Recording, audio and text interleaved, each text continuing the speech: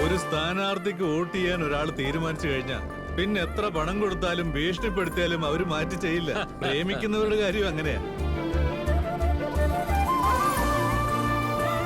ഇന്നലത്തെ കാണാൻ എന്തായാലും ഇന്ന് നിന്റെ സൗന്ദര്യം ഒട്ടും കുറഞ്ഞിട്ടില്ലടി.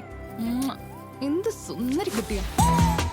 പോക്കറ്റ് മുഴുവന് കാശും തന്ന് മുഖം നല്ല ബ്രൈറ്റ് ആയിട്ട് വെച്ചാ മതി. ഇപ്പൊ കണ്ടില്ലേ സിഗരറ്റ് വലിക്കുമ്പോ നിന്റെ മുഖം എത്ര ബ്രൈറ്റ് ആയിട്ട് ഇരിക്കുന്നേ. ഇതിന്റെ പവർ അങ്ങനത്തെയാണ് അറിയോ. രാവിലെ എണീച്ചോടനെ ഒരു സിഗരറ്റ്, ചായ കുടിക്കുമ്പോ ഒരു സിഗരറ്റ്, ഭക്ഷണം കഴിച്ചു കഴിഞ്ഞിട്ട് വലിക്കുന്ന ആ വലിയുണ്ടല്ലോ, അതിന്റെ കിക്ക് തന്നെ വേറെയാ. സിഗരറ്റ് അടിക്കുന്നവൻ ആദ്യം പഠിക്കേണ്ട കാര്യം തീപ്പെട്ടി പെട്ടി ഒളിപ്പിച്ചു വെക്കുന്നത്.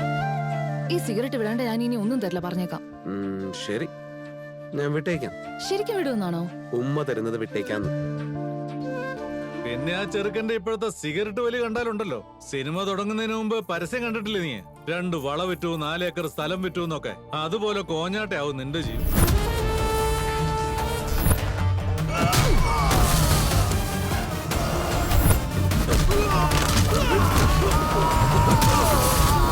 പുകവലി ആരോഗ്യത്തിന് ഹാനികരമാണ്.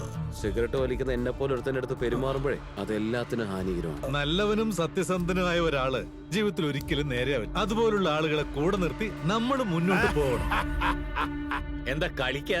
സീറ്റിനെ പറ്റിയാണെങ്കിൽ അതിനെ കുറിച്ച് മാത്രം നിന്റെ മോനെ നിനക്ക് നിലക്കിരുത്താൻ പറ്റില്ല. നീയാണോ MBA ജയിച്ച് ജനങ്ങൾക്ക് സേവനം ചെയ്യാൻ പോകുന്നത്? നിന്റെ വാക്ക് നിന്റെ മോൻ പോലും അനുസരിക്കുന്നില്ല. പിന്നെ ജനങ്ങൾ കേൾക്കും. ഇതേ വാക്ക് നിത്യയോടും പറഞ്ഞേക്ക്. എന്നെ സ്നേഹിക്കുന്നത് വിട്ടേക്കാൻ പറ. എടാ, എന്റെ അച്ഛൻ വന്നിട്ട് നിനക്ക് എന്നെ ഇഷ്ടമാണെന്ന് ചോദിച്ചപ്പോ നിങ്ങളുടെ മകളോട് എന്നെ ഇഷ്ടപ്പെടണ്ടെന്ന് നീ പറഞ്ഞു അല്ലേ? മണ്ടത്തിനെ വിളിച്ച് പറയല്ല. ഇതെന്താ അത്രയും വലിയ പ്രശ്നമാണോ? ശരിക്കും നിനക്ക് എന്നോട് സ്നേഹം ഉണ്ടെങ്കിൽ എല്ലാവരുടെ മുമ്പിൽ ചെയ്ത് സംസാരിക്കില്ല.